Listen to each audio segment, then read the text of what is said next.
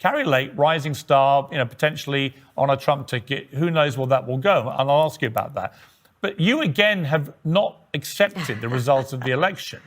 And there is a belief that it's almost deliberate. It's like you've looked at Donald Trump and thought, you know what, there's a great way to make money and fame for myself, and that's to be an election denier. And I would simply say to you what I said to Donald Trump. I don't think it works for you guys. I don't think denying the result of democratic elections is an effective tool to actually win elections. That is the silliest thing I've ever heard. That is absolutely, it's funny, actually.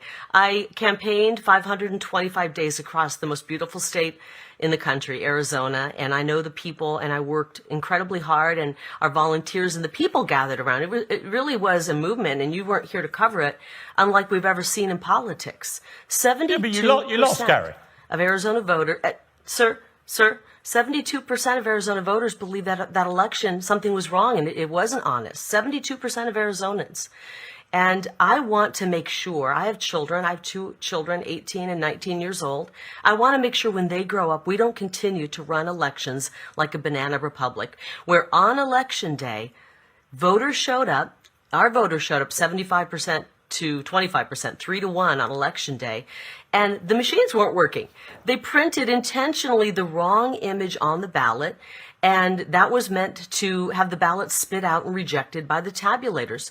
250,000 times on election day, more than half of the ballots were spit out but Kari, by the tabulators. As you know, there's been no Pierce, we can't continue to run elections that way. Kari, there's been no independent corroboration that there was anything fraudulent about this election. In fact, it's pretty clear that you lost to Katie Hobbs, your rival, 50.3% to 49.6%.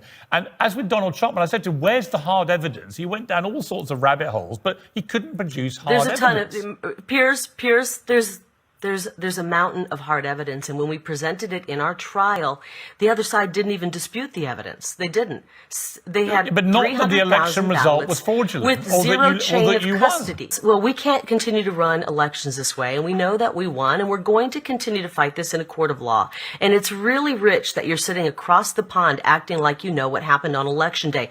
I did not see your smiling face. We had lots of international media here covering election day in Arizona. Yours is one face I didn't see, and nor did I see it. You could have had my smiling face, Kari. When Arizonans, I would have loved to have seen you. We had more media covering our election than I've ever seen cover any story here in Arizona. And as I said, I covered Arizona for nearly 30 years. So it's okay that you are not comfortable with me fighting this election and fighting for election integrity. I don't mind your fighting spirit. I don't mind it in Donald Trump. I've known him a long time.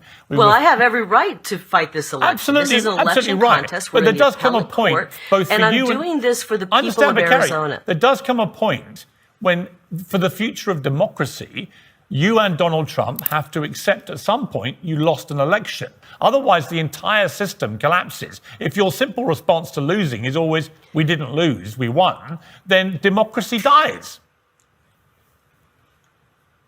Piers, I grew up in a family of 9. I'm the youngest. My father was a history and government teacher and a football coach.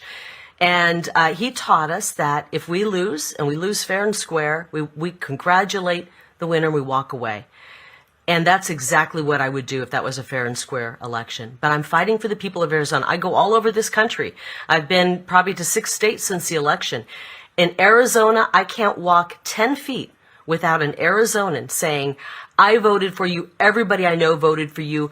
Our ballot was rejected on election day. Please keep fighting for us. I'm fighting for the people of Arizona.